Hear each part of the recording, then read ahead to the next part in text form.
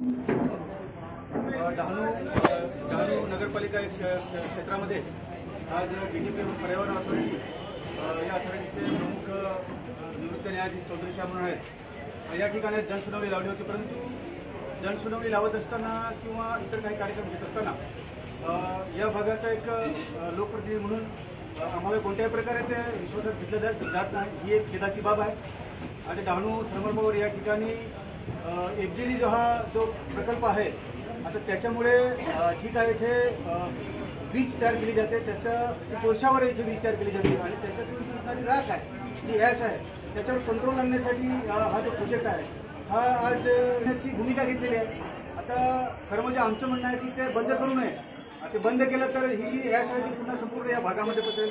आज शेतीचे नुकसान झालेलं आहे, ह्या भागामध्ये मोठमोठ्या चिकूच्या मोठमोठ्या बागा आहेत, चिकूच्या पिकाचं नुकसान झालेलं आहे. तर या ठिकाणी त्याचप्रमाणे इतरही काही प्रोजेक्ट आहेत. तर आम्हाला त्यांनी विश्वासात घेतलं पाहिजे. जर त्यांनी विश्वासात घेतलं नाही तर येणाऱ्या काळामध्ये या ज्या काही ते भूमिका घेतात, या भूमिकेला आम्ही प्रखरपणे विरोध करू. या संबंध डहाणू भागातील सर्व जनता रस्त्यावर उतरू.